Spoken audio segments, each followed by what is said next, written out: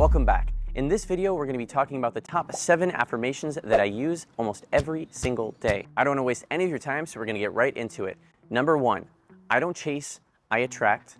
What belongs to me will simply find me. The first time I said this affirmation was during my 10-hour affirmations challenge, and during the challenge itself, I started receiving opportunities. This is one of my favorites because it switches your mindset from going out into the world and seeking opportunities to realizing that the right opportunities will come to you. Number 2, I'm looking for those who are looking for me. Let's say you're trying to attract an SP into your life, and for those who don't know what an SP is, it's a specific person.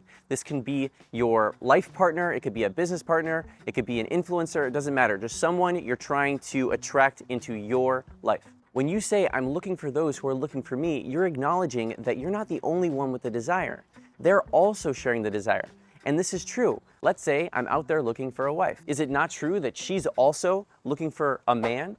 I'm looking for a man in finance, trust fund, 6'5", blue eyes. When I say I'm looking for those who are looking for me, I'm opening up the universe for both of us to find each other. Number 3, I'm so grateful for the constant flow of abundance in my life. I have so many opportunities up the wazoo, I don't even know what to do with them. Now, to break this one down a little bit, first of all, it's in a question form, which forces your brain, when you ask it a question, to come up with answers. So if I say, why is there so much abundance in my life? My mind is already looking out for opportunities that I have in the past, but also in the future. And I also use the word grateful because I want to practice gratitude. I want to practice being in the energetic state of gratitude. It's impossible to be angry and sad when you're genuinely feeling grateful.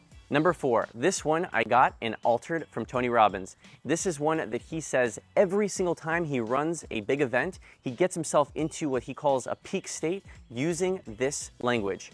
I now command my subconscious mind to direct me towards helping as many people as possible today by giving me the strength, the courage, the vivacity, the persistence, the tenacity, the boldness, whatever it takes in order to help as many people as possible today. You can also alter the end with the word now to make it more powerful if you're doing it right before an event. For example, I now command my subconscious mind to direct me to helping as many people as possible today by giving me the strength, the courage, the tenacity, the boldness, the vitality, whatever it takes to help as many people as possible right now. When you say now, you're not out there trying to attract something that doesn't exist. You're bringing it out in the present moment. Small note for this one, when it comes to the qualities, I try to bring out the qualities I need for that day or that event. So right now I'm saying courage, boldness, vitality, but when I'm not going on a date, for example, and I want to say this, I'm not going to say boldness. My last girlfriend was a goddess, so no pressure at all. You know, I don't necessarily need to be bold on a date, but I could say, I now command my subconscious mind to bringing out the funniest, most relaxed, authentic version of me that I need to be to have the best date right now. So you can change it, but you're telling your subconscious to bring out those qualities in yourself. Affirmations 5 through 7 are all about strengthening my relationship with God, and these are so important that I say them every single day because when I have strong faith, it defeats all of the fear and the doubt that I might be experiencing, and it lets me tackle my day. Number 5, please show me in any possible way that you're right there with me, watching me and taking care of me. Please show me that you're intimately involved in my life. I need you right now. I need your love right now. Please send your flow into my life, creating abundance so that I can spread it to as many people as possible, spiritually, emotionally, physically, financially, and with my health. This builds off of the last affirmation that I altered from Tony Robbins, but it acknowledges that I get all of that power from God. Yes, I can work on my subconscious with my affirmations and change my energy, but without God, what am I? So I acknowledge that not only am I changing my subconscious, but I'm surrendering my entire being to building that relationship. Number 6, I have complete and utter trust in God's guidance. I'm being guided and carried and protected.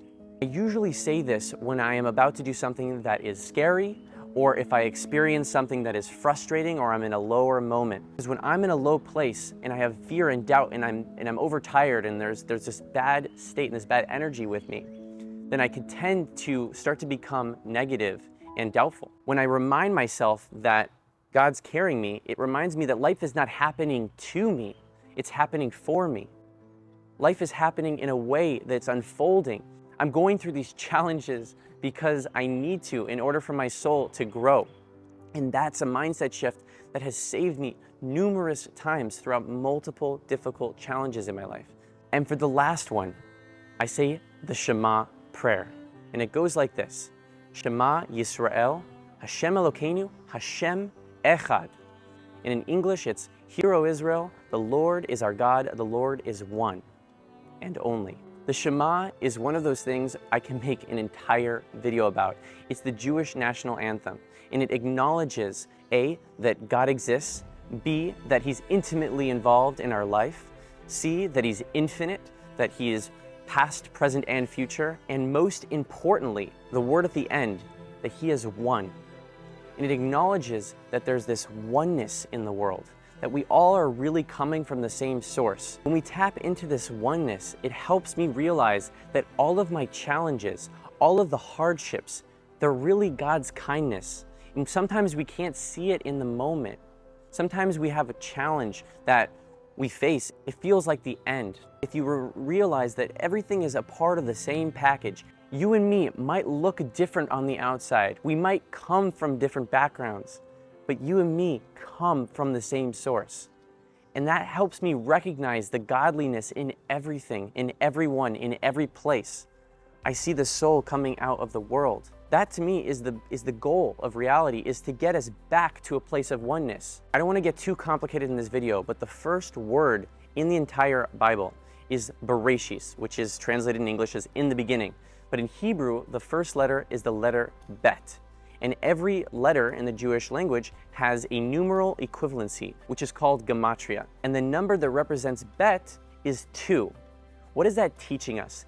As soon as God opened His mouth, reality went from a place of 1 to 2.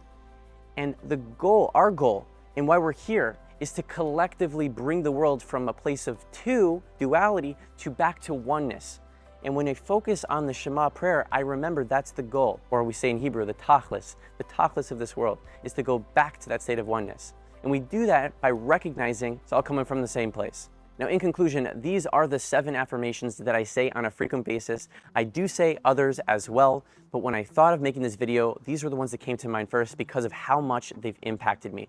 And I hope that you can take at least one of these to impact your life as well. If you haven't already joined my Affirmations for the Soul community, then please join. It'll be in the link in the description. I hope to see you there. Either way, thanks for stopping by, and I will see you in the next upload.